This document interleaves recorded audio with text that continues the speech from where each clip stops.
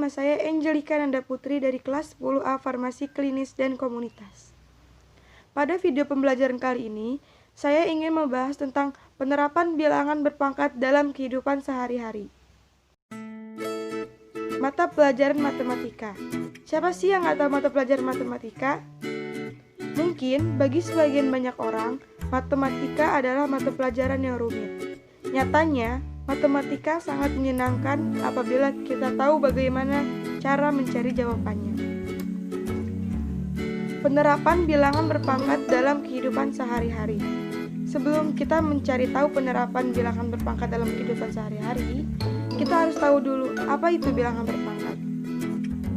Apa itu bilangan berpangkat? Bilangan berpangkat adalah bilangan yang berfungsi untuk menyederhanakan penulisan dan penyebutan. Suatu bilangan yang memiliki faktor-faktor atau angka-angka perkalian yang sama. Nama bagian-bagian dalam perpangkatan. Perhatikan. A pangkat N sama dengan B. A adalah bilangan pokok atau basis. N adalah bilangan pangkat atau eksponen dan B adalah hasil pangkat. Sifat-sifat perpangkatan. Di antaranya 1. A pangkat 0 sama dengan 1. Contohnya 2 pangkat 0 sama dengan 1. Berapapun basisnya, apabila eksponennya 0, maka hasilnya adalah 1. Yang kedua, A pangkat negatif N sama dengan 1 per A pangkat N. Mengapa N-nya menjadi positif, padahal awalnya negatif? Karena ia sudah pindah ruas. Contoh, 2 pangkat negatif 4 sama dengan 1 per 2 pangkat positif 4 sama dengan 1 per 2 pangkat 4, 16, maka hasilnya adalah 16. Yang ketiga, A pangkat M dikali A pangkat N, maka A pangkat M ditambah N, hanya eksponennya saja yang ditambah. Mengapa? Karena jumlah basisnya sama. Contoh, 2 pangkat 3 dikali 2 pangkat 4, maka 2 pangkat 3 ditambah 4, yaitu 2 pangkat 7. Hasilnya adalah 128. Yang keempat, A pangkat M dibagi A pangkat N, maka A pangkat M dikurang N. Mengapa dikurang? Karena basisnya jumlahnya sama dan ini adalah pembagian. Contohnya, 2 pangkat 6 dibagi 2 pangkat 4, maka 2 pangkat 6 dikurang 4, yaitu 2 pangkat 2. Hasilnya adalah 4. Yang kelima, dalam kurung A pangkat M pangkat N, maka A pangkat M dikali N, hanya eksponennya saja yang dikali. Contohnya, dalam kurung 2 pangkat 3 pangkat 2, maka 2 pangkat 3 dikali 2, yaitu 2 pangkat 6. Hasilnya adalah 64. Yang keenam, A pangkat M dikali B pangkat M, yaitu A dikali B pangkat M. Kenapa hanya basisnya saja yang dikali? Karena eksponennya jumlahnya sama.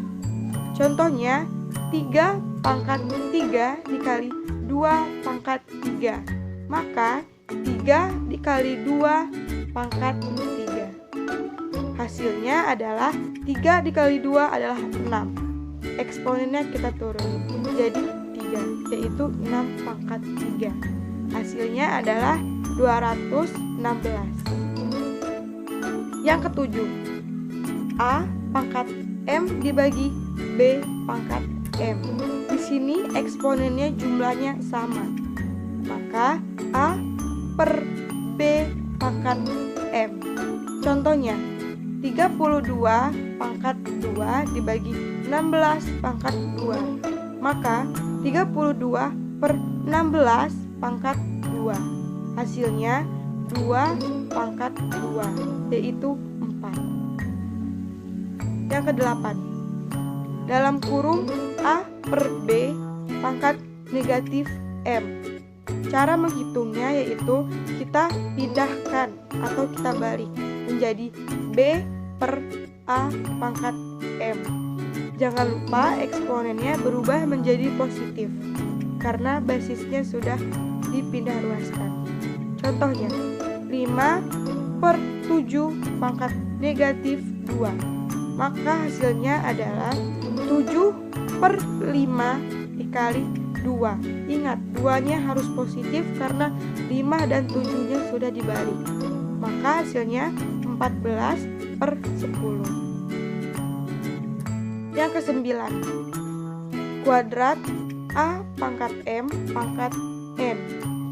Hasilnya A pangkat M per N. Contohnya, kuadrat 16 pangkat 3 pangkat 2 sama dengan 16 pangkat 3 per 2. Kuadrat dari 16 yaitu 4 pangkat 2. Maka 4 pangkat 2 pangkat 3 per 2. Maka hasilnya adalah 4 pangkat 3 karena 2-nya sudah dicoret. Sama dengan 64. Kita beralih ke soal penerapan bilangan berpangkat dalam kehidupan sehari-hari. Satunya adalah menghitung volume bak air mandi. Contoh soalnya adalah Pak Damar ingin membuat rumah. Ia membeli bak air mandi berbentuk kubus yang mempunyai panjang rusuk 15,5 desimeter. Kira-kira bak air Pak Damar dapat menampung berapa banyak mililiter air? Jawabannya, panjang rusuk Pak Damar diketahui adalah 15,5 desimeter. Maka rumus mencari kubusnya adalah dengan mempangkat 3-kan rusuknya, yaitu 15,5 pangkat 3. Maka 15,5 dikali 15,5 dikali 15,5. Hasilnya adalah 3723,875 desimeter kubik atau 3723,875 liter air. Ingat, 1 liter sama dengan 1000 ml, sehingga volume bak mandi yaitu 3723,875 dikali 1000 ml air yaitu 3.723.875 ml air. Jadi, volume bak air mandi Pak Damar dapat menampung sebanyak 3.723.875 ml air. Sekian video pembelajaran dari saya. Semoga bermanfaat. Wassalamualaikum warahmatullahi wabarakatuh.